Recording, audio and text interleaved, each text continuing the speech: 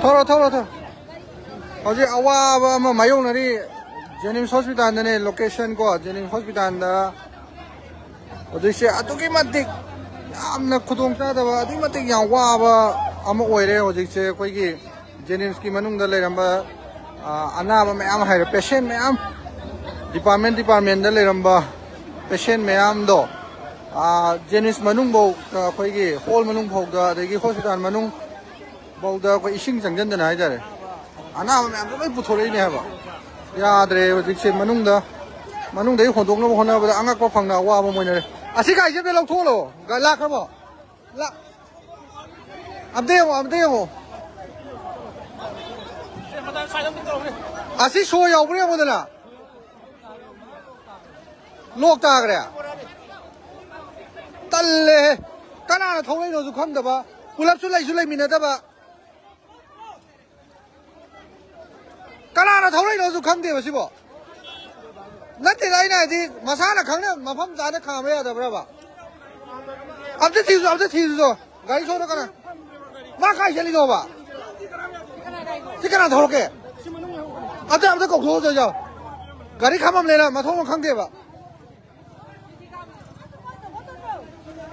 솔로 앞에 뒤로 왔다 가라이도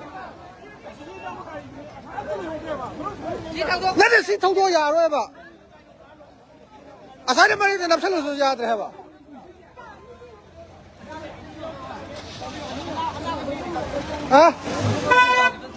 그래 봐 스트레스 아나 가이노 아이니 페센터 거 가랑 그 야베는 디자인 또 그래 디자인 거 부사가 시딩 호도 고야 그래 제니비 톨로 있나더라 봐 틴게 호지 까이데 틸로 아이노 봐 운동 뭐 많이 그럼 색다 소를 빠야 한다 이거 야 아이 신절하게 시래 아이 시래 나짱 아이 비와 실라게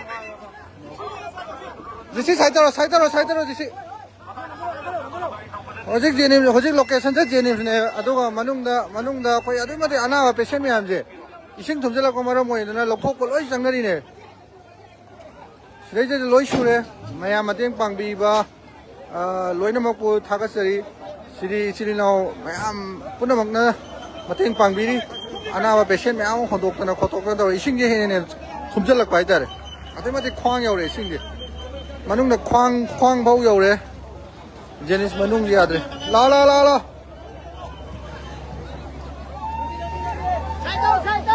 चलो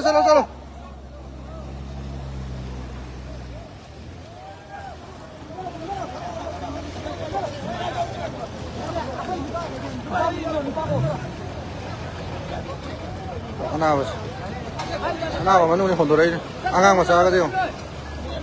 안강 샤피 해시리야 남의 우리야 뭔가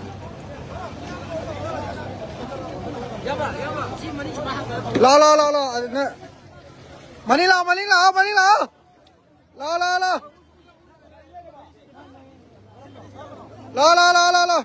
뭐마이 꺼네 가리 털어 갈고 가리 털어 농아이데 지금 몸에 농아이데 또 매암 호도 꼴로 이들이 봐 앰뷸런스 로 하게 되네 봐 호도 꼴로 이들이 거의 GSQ게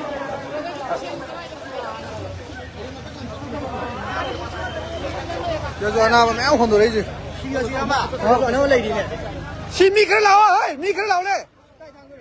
시 탕어 야로 어떡해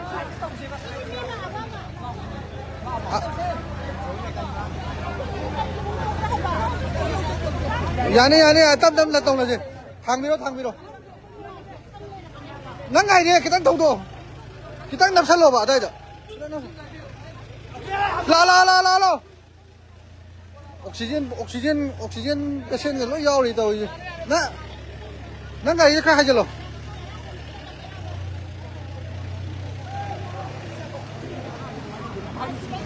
까이다 부도이노 바나바지 융다 림스다 부러지 앰뷸런스 부러지 시 항드라버 패션 야오리야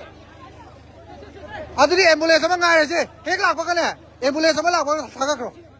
마타이 타고 마타이 안나 오면 안 돼요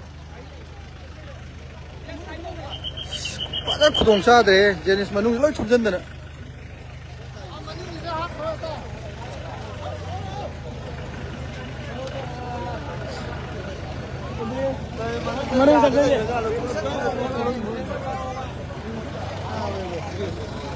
아시리 비범 가해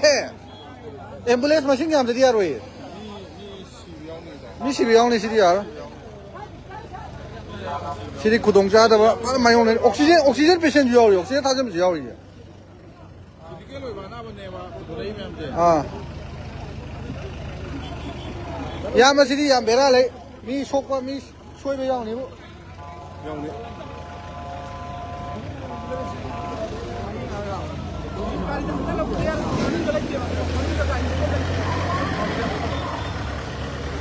만ung 내가 한 도레이 더 이제 cái đây chứ bộ aru ba yang critical rồi ba sana ba mẹ nhau đi hả ba ya serious rồi ba mẹ nhau đi bây giờ itu gari itu sin bi kira asigi je patient je thilu asi thin bi ho hai ba am to thin ba am sin ji gari sora ka la ko ma pha ra ha ka ji si ka nai gari no si hap chang ka ji oxygen jaw ba di ke no ambulance ngai na de dia ro ye 시대 돌레싱제 시대 돌레싱제 배신 아루마 하다네 봐 옥시전 시대 정우야 돼 봐. 시도전 매야 돼 봐. 뭐 앰뷸런스 혹시 간호 좀 가이나 되디 알아 앰뷸런스 강나 바이네 한 뭐이 떠올래 야 돼 봐. 어디네 강나 바이네 강나 바이네 이 떠올래 앰뷸런스에 마신 거 알래 봐 배신은 야만이나 나가 가이나 되디 알아 봐 cái này cái gì patient đó thì đấy thôi là có sinh đó phải là ngã ship tàu biển à có sinh ra cái ok ok ok nó mà ngoài kia thôi làm gì là phải rồi à đây cái đó cái nào hay chân biết ngã tới ngày không mình đâu bộ cái đi nó để ngày không à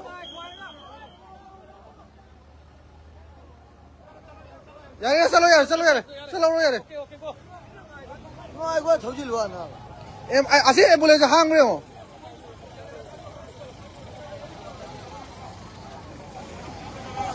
시계 돌리게. 미야. 나타나지.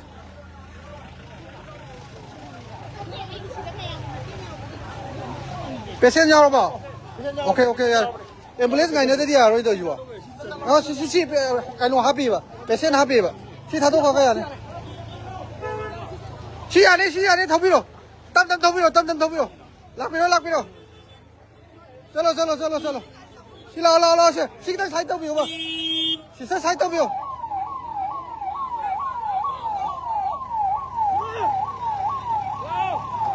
चलो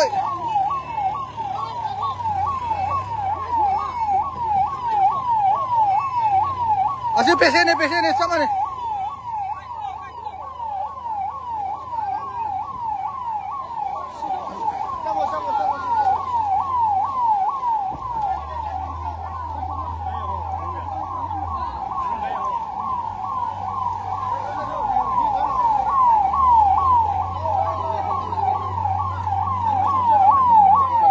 아코야 나가 까지 그래 아코야 나가 누구 गाड़ी ये तो सिला नहीं था उन्हें सिकना है गाड़ी उसी बो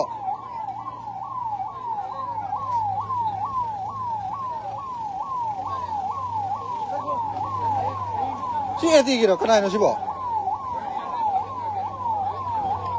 गाड़ी हाँ बोले बरो गाड़ी हाँ बोले सिलवा ले जो हाँ बोले अम्मा नहीं तो थौजन बिरो दे ऐसे पेशेंट जब थिदोकी के बा अम्मा का तंग थौजन बिरो हाँ बा पेशेंट को भी अब हाँ as lam di khang de ma kai nom ni hai bane ba ana bane patient gari pe thokjon biro ba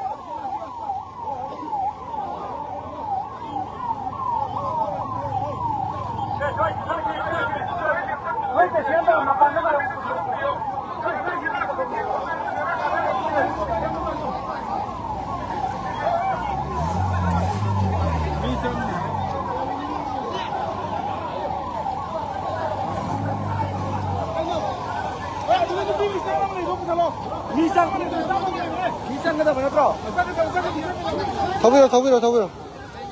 배셀 받이라. 가야 틴도 넣어 봐. 야, 틴도 빌어. 양파라 이나. 웰컴.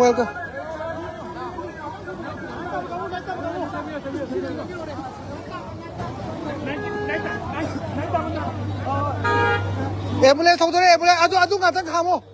시가리 같은 카모 통들랑이노.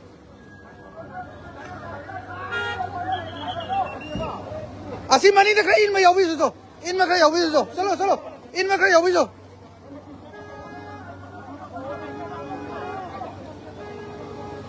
일로.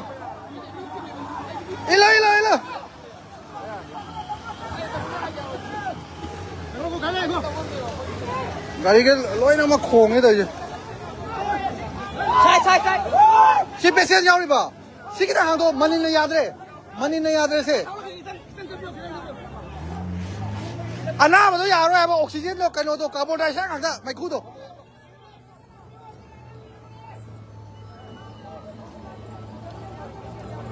가리기 마이쿠도는 야로 해봐. 까보다 시작한다. 아나마도 로이도 솔풀.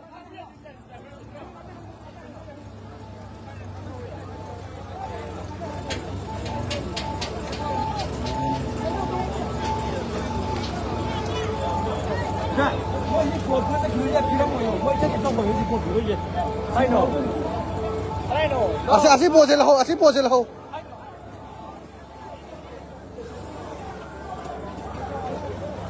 배신이 야우리 이제.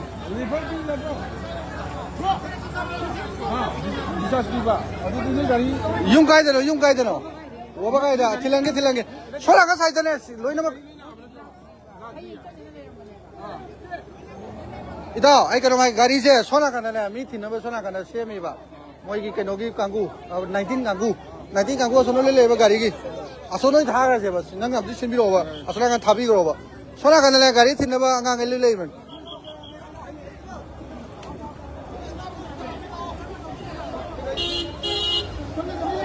गाड़ी साइड जाओ गाड़ी साइड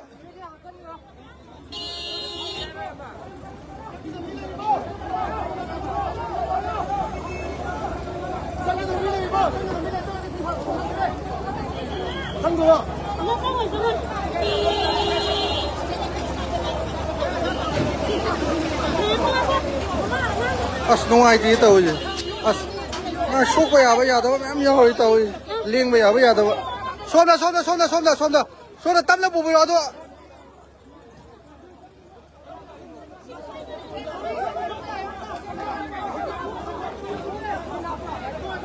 सिजे अनाबजे तमना पु साइड तौबिरो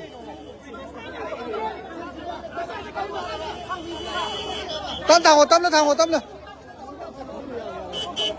एम्बुलेंस ले लो सबियो पेशेंट है सीजो पेशेंट सी ठीक का जगह हो जी पेशेंट कांगू दो थिन दो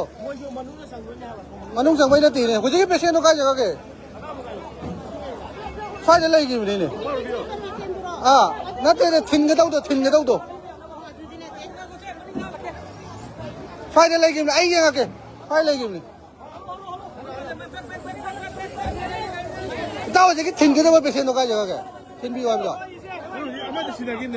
सिनागा बा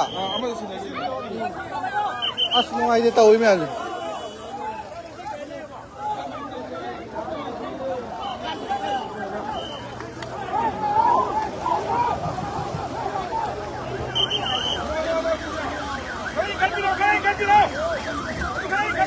इखलो आसी संगलो ले नोइबो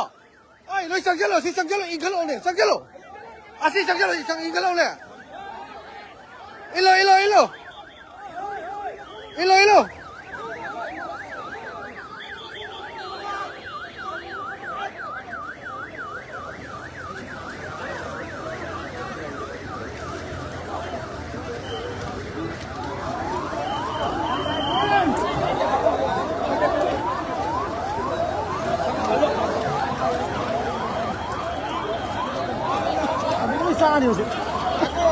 Aku.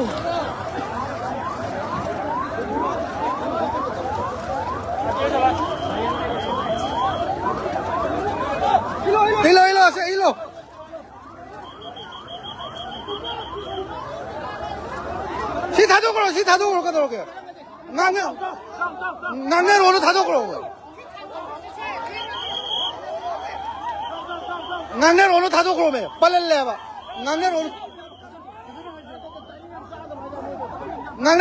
오늘 다도 그러. 뭐이 다도 그러고. 가리지 안 배라까지 다도 그러고. 뭐이 나는 오늘. चलो सभी चलो चलो जाओ आप लोग जाओ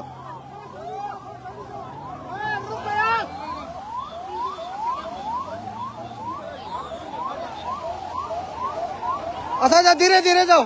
चलो जाओ जाओ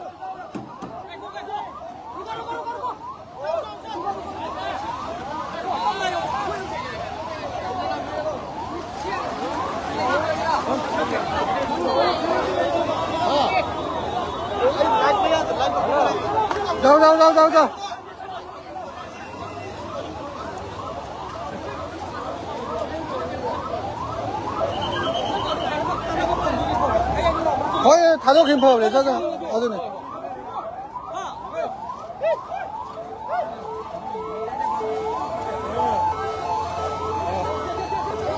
짠 농아 이때 해봤다 양앙을 잡아가지고 오늘 시고요 오늘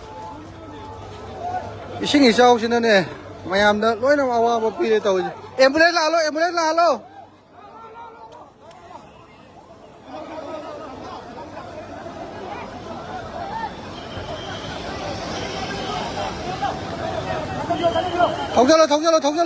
통찰란 거지 통찰란 거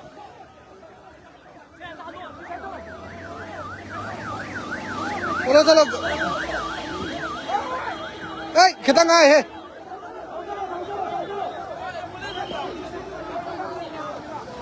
rimsa loi pure ya mana rimsa loi puan bane ana ba gaji gari ju ko ambulance masing wat pai tar ambulance lalai ki ambulance le di private hospital ki ambulance le di thousand biro so da lalai le na ki hospital ki private hospital ki ambulance le di thousand biro ambulance yang wa le ambulance atu ki mati wale ambulance puri masing nam lae adu ju lanai ki akoi ki leina ba sing mari leina ba sing amadi private hospital ki leina ri ba ambulance sing amta thousand biro ambulance ka tane akoi dakar oi je manu de khondro ko tam da rims ta pu ki na bane rims refer to gi doi ne adu advanced ayam ba hospital ras adagi advanced mayam mafam anak pada pu je ta re ado ambulance le ga di thousand biro adai gari di dokter 보고 가리 매 암래 해도 앰뷸런스 고 모인 동전 비로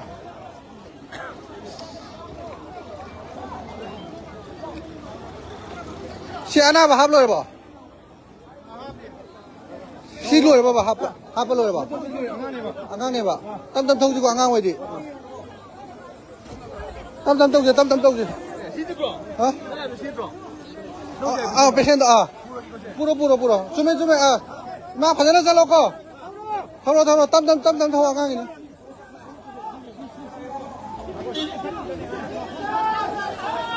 일로 안돼 역살로 인마 안살라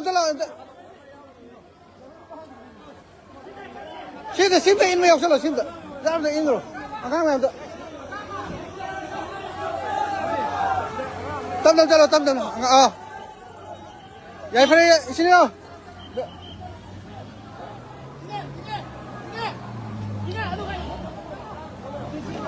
시내 가라야 되는 부으로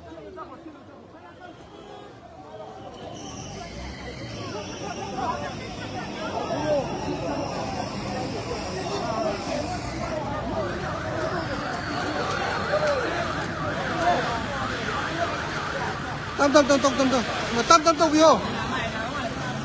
오퍼레이션 को मतलब लोग वाल आदमी आज operation में delay में यार नुपी दी 땀 बियो को ऑपरेशन जिन्हें आप बेरा काई जी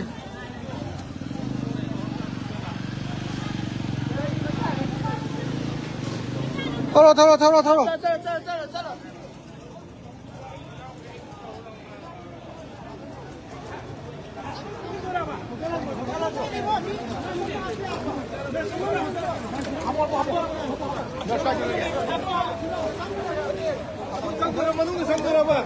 Kau sini, ah berak kau sini. गाड़ी एम्बुलेंस लाइको इसी ना असी मनिंग लगी इन नमत तो भी होगा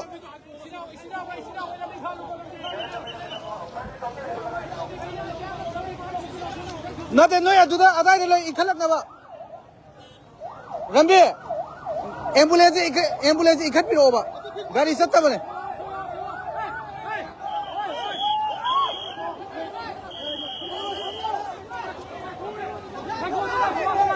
चलो इखत भी रो बा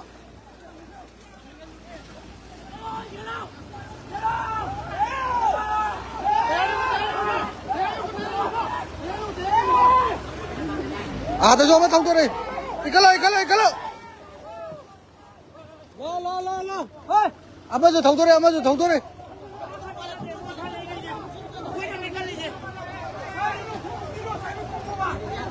पेशेंट जाओ रे कई नो रे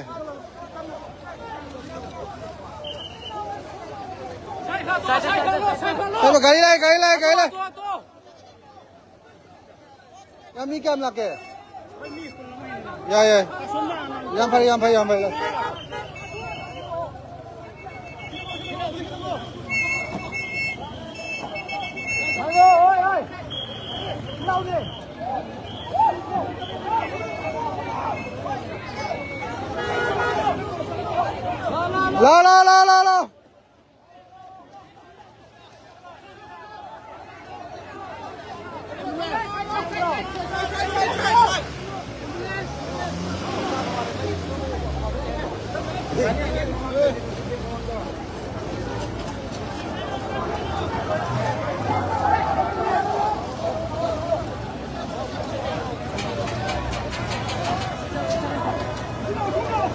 सीधा वही रोक दरोगे सिबो ऐसे था तो रोक दरोगे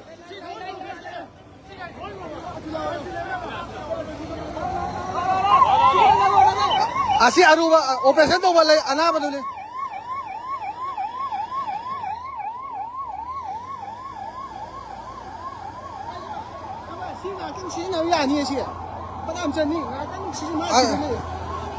तादना करो भी होते ना बा आदो खबर सीजन या बराबर नहीं हो दोगे या बराबर आदो थाउजेंड भी रोज हो थाउजेंड भी रोज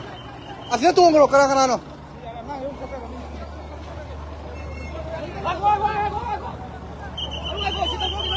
या मामा तेज मांग बिना मो मैं आऊँगी ने इलो ऐसी सक्सेस इलो यार गाड़ी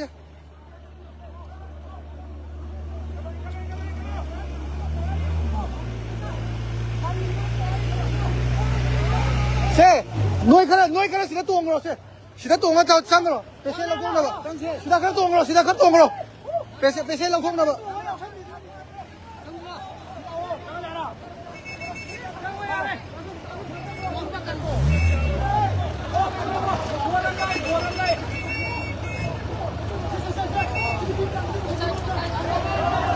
संग दबा कहीं जो पुछांगो नाई ताबा कहीं जो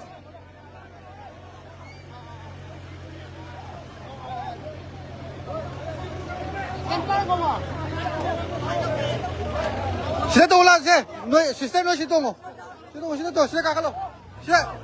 सी काकला लो सी मलूंग चलो मो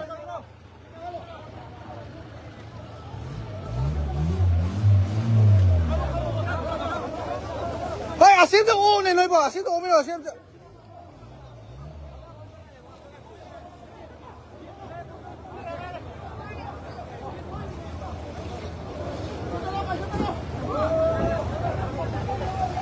भाई तम बुबी हन ने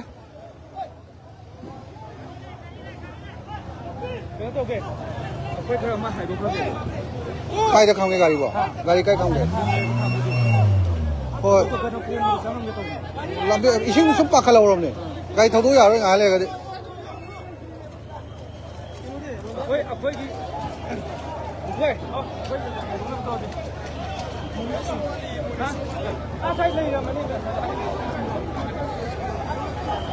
कोई गाड़ी दी यार अदुगा एम्बुलेंस कुंबा लना की प्राइवेट हॉस्पिटल की अदगी इसा की एम्बुलेंस लेबसिंग थाउजेंड बिरो एम्बुलेंस याम वाले एम्बुलेंस दरकार याम ओये ꯄꯦꯁꯦꯟꯗ ꯑꯔꯨꯕ ꯑꯩꯈꯣꯏꯒꯤ ꯑꯣꯄꯔꯦꯁꯟ ꯇꯧꯕ ꯗꯦꯂꯤꯚꯔꯤꯒꯤ ꯑꯗꯒꯤ ꯑꯣꯛꯁꯤꯖꯦꯟ ꯄꯦꯁꯦꯟ ꯃꯌꯥꯝ ꯌꯥꯎꯔꯤꯕꯀꯣ ꯑꯗꯨꯝꯕꯗꯣ ꯑꯩꯈꯣꯏꯒꯤ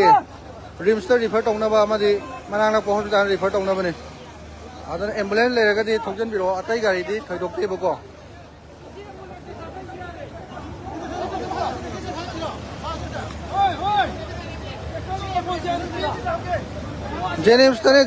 제니ꯝ스ꯀꯤ ꯄꯦꯁꯦꯟꯈꯩ ꯂꯣꯏꯅꯃꯛ ꯑꯋꯥꯕ ꯃꯥꯌꯣꯛꯅꯔꯦ ꯃꯅꯨꯡꯗ ꯏꯁꯤꯡꯁꯦ ꯑꯗꯨꯛꯀꯤ ꯃꯇꯤꯛ ꯍꯦꯟꯒꯠꯂꯛꯄ ꯌꯥꯔꯦ 이싱제 어디마디 행글에 아드나 만능글에 페션지게 로이나막 구동치바 따래 마치 소이베 야우드니 아드나 소이베 야우드니에다 망정나나 발라디아메 암야오레 아라마이텐곤 리싱 망아이 마탁들 레 아도 पुलिस मणिपुर पुलिस यावरेको होम डिपार्टमेंट के अदगी साराय फलसु यावबिरमे आई मनांग नकपा वॉलंटियर लेकाई की चिलिनाव सिंजु याम फजना मतेंग पांगबी असे अयुक्तगी एदुम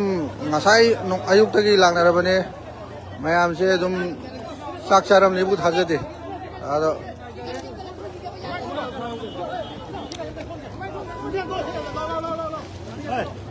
कोई ताऊ जॉनसन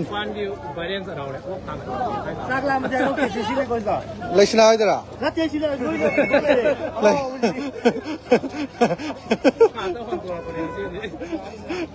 ओक तरह का निपान ने ओक तरह का निपान गानू सन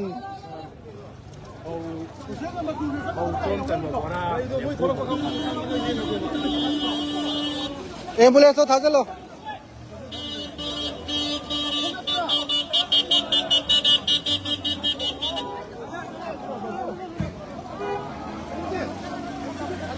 아야 뭐 호독버디 로에 ngaki mamangda pung amani gi mamangda pung ademadi patient je ayam ba hodok sagre laibok phabadagi mayam gi apun bagi thaunana mayam gi minungsi sidi amma magi haiba leitre sidi pura koi gi minungsi magi makhada mayam je hai okay now इजा how हम ले रहे थे ना वो इजा how हम पीछे नहीं ना मैं यहाँ क्या पुन बा नुक्सी बगी लिपुन ना तब तब यादे ना सिरी प्रा कोई की पुंसीरे जो हिस्ट्री हो होता बाई तारे काउंग मरोई दबा पुंसीरे काउंग मरोई दबा आदुम बा थोक थोक हाई तारे कोई की नोंग लेप तना नमित हफ्तांगी ममांग दगी नोंग लेप तना चुरक पना इबम जे काय कदरा ana torombodo mafam ani hom thongna kaire haingang da su kaire haiku mokong purai da su kaire hoje je khoi ngasai gi mamangda nga pung khari mamangda kongba uche kon chalo jaro satho kongba uche kon do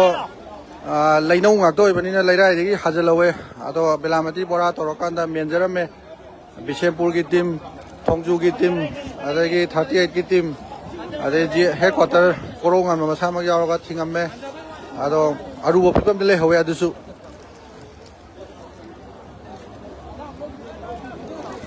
아야 뭐 혼도꼴 로실래 하이따 페션 아야 마디 혼도꼴 로실래 아도 페션기 이몽 마농 아데기 모이기 포체이싱 아야 마 가리 아야 마 아라마이기 시즌에 로컬기 시즌에 소셜 보우다 파라가 시즌에 마땡 방비러메 암농아이 अदगी सिदाइदा अखोई mini हाइबा बावगुदा मतेंग पांगबिबलाए याम फै असाइदा अतोप तोप तो से cake येनबलाई इसिंग येनबलाई high मही येनबा ma'am लाए दो सिदी ngasiगी नुमिसे अमादि ngasiगी नुमित अमादि हंदा casing इसाउजे कावबो मरदबा अपुनबगी Pongal अदगी पुन्ना उनमिनबा जात बिजात खाइदना अदुमबागी थौदोक अमासु ओइहल्ले याम पुने नुसिबा अमसु ओइहल्ले हाइतारे